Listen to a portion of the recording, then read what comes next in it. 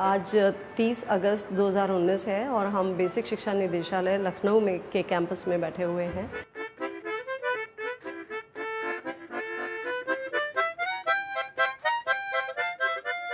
जो टाटा ट्रस्ट की तरफ से एक initiative combined with the basic education लिया गया है, एक बेस्ट प्रैक्टिसेस की टीचर्स की बुक पब्लिश होनी है, उसी के रिगार्डिंग हम लोग 2 दिन की वर्कशॉप में आए हुए हैं।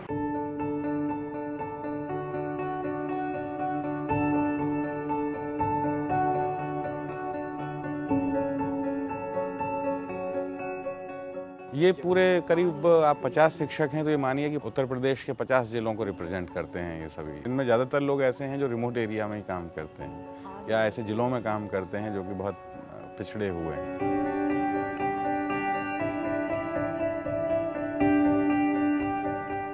अनेक कठिनाइयां हैं, फिर भी ये शिक्षक असाधारण प्रदर्शन कर रहे हैं और इस प्रदर्शन के पीछे उनका जो परिश्रम है, उनका जो विश्वास है कि नहीं मैं इसको बदल सकती हूँ या बदल सकता हूँ, दिन प्रतिदिन या हर घड़ी जो एक नई चुनौती, नई समस्या रहती है, उसका समाधान कैसे निकाला जाए, इसमें जो उनका इनोवेशन है, जो एक नवाचार है जिसको कहेंगे, वो बहुत ही रेखांकित करने योग्य है।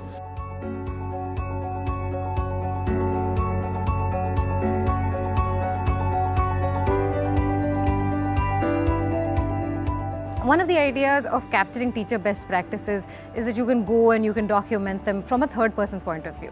But the other idea is that the protagonist, the individual who's actually bringing about that change, that person tells their own story and the difficulties that they faced as well as how they solved those problems.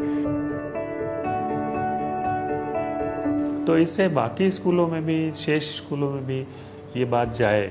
मेरी कोशिश ये है कि एक किताब की शक्ल में अगर जाएगा तो लोग उसको पढ़ के उस पर रिफ्लेक्ट करेंगे, उसमें नया भी जोड़ सकते हैं। आप धीरे धीरे मरने लगते हैं अगर आप करते नहीं कोई यात्रा, पढ़ते नहीं कोई किताब, सुनते नहीं जीवन की ध्वनियाँ, करते नहीं किसी की तारीफ। आप धीरे धीरे मरने लगते हैं जब आप मार डालते हैं अपना स्वाभिमान, नहीं करने देते मदद अपनी और ना ही करते मदद दूसरों की।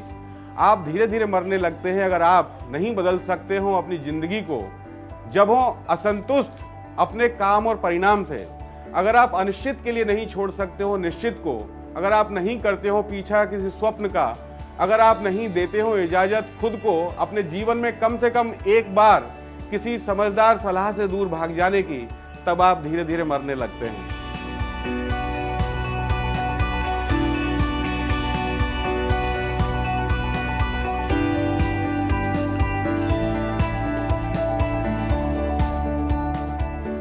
जब हम लिखते हैं सर, तो सबसे बड़ी चुनौती ये है कि सामने वाला उसको पढ़ने के बाद उसके मन मस्तिष्क में एक ऐसी टंकार होनी चाहिए कि वो उससे इतना प्रभावित हो कि वो भी कुछ ऐसा कर गुजरने की चाहत रखता हो। ये हमारे लिए सबसे बड़ी चुनौती है।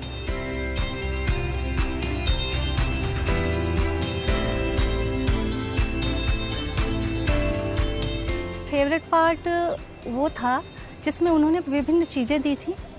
मैंने जब वो पार्ट उठाए जिसमें कैंची, दाल और विभिन्न चीज़ें थी, मैंने सोचा लिखूं तो क्या लिखूं, लेकिन जब स्टार्ट किया तो मुझे पता चला कि इसके बारे में भी, इस छोटी सी चीज़ के बारे में भी बहुत कुछ लिखा जा सकता है, और मैंने लिखा।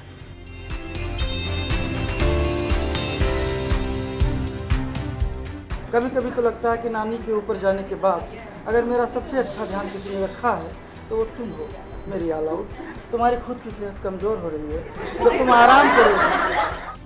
हो ही नहीं सकती तो इनसे प्रेम क्यों? अब तुम ही बताओ। अभी अभी तो तुमसे प्रेम हुआ और अभी ये तुषार का फेवरेट पार्ट जो आपके पास सब्जेक्ट है उसको आपको लेटर लिखना है।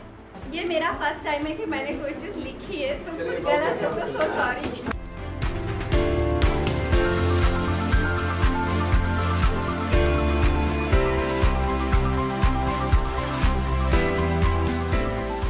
भाषा जो है वो आपकी अपनी भाषा होनी चाहिए, आपके अंदर से निकल रही भाषा, आपका जैसे आपका व्यक्तित्व उसमें बोल रहा हो उस तरह का।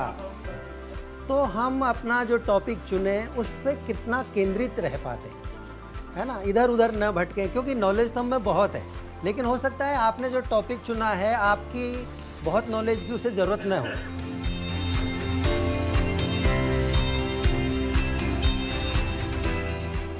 जीवित रहने का लक्षण है कि आप प्रोपोगेट करते हैं। अपने जैसा एक अगर आप नहीं बनाएंगे, अपने जैसा 1 या 2 या 4, 10, 15, तो सर्किल ऑफ इन्फ्लुएंस, तो जो दायरा है मेरा इन्फ्लुएंस है, उसको कैसे मैं बड़ा कर सकता हूँ।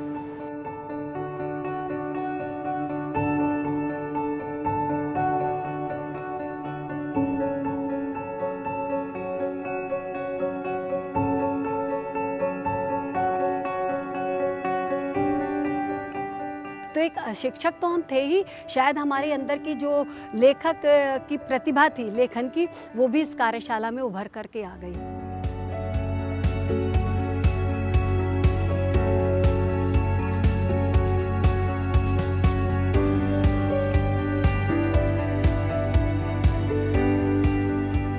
लेकिन इस कार्यशाला से मुझे एक चीज जानने को मौका मिला कि हमें हमारा लेख या हमारी बातें ऐसी होनी चाहिए कि हमें कहना ना पड़े कि हमने ये किया। तो हमारी राइटिंग ऐसी होनी चाहिए कि उस राइटिंग से हमारी काम समझ में अपने आप आ जाए, हमको उसको बताना ना पड़े विशेष रूप से हमने ये काम किया है। कोटेशन मैम का आया था कि शोज डोंट टेल। आपकी बातें जो है, अभिव्यक्ति जो है वो ज्यादा लिखावट में ना हो, आपके भाव जो है वो प्रकट करते हो आपके कामों को। तो लेकिन यहाँ आके लगा कि हम किसी से कम नहीं हैं। हमारा बेसिक परिवार के शिक्षक बहुत ही आगे हैं, बहुत ही कर्मठ है, बहुत ही समर्पित है। जो यहाँ से व्यू लेके जा रहे हैं, इससे जो है मिलता हुआ और नई नई चीज़ों को लिखते रहेंगे अपने विद्यालयों में, ऐसा महसूस हो रहा है यहाँ से सीखने के बाद।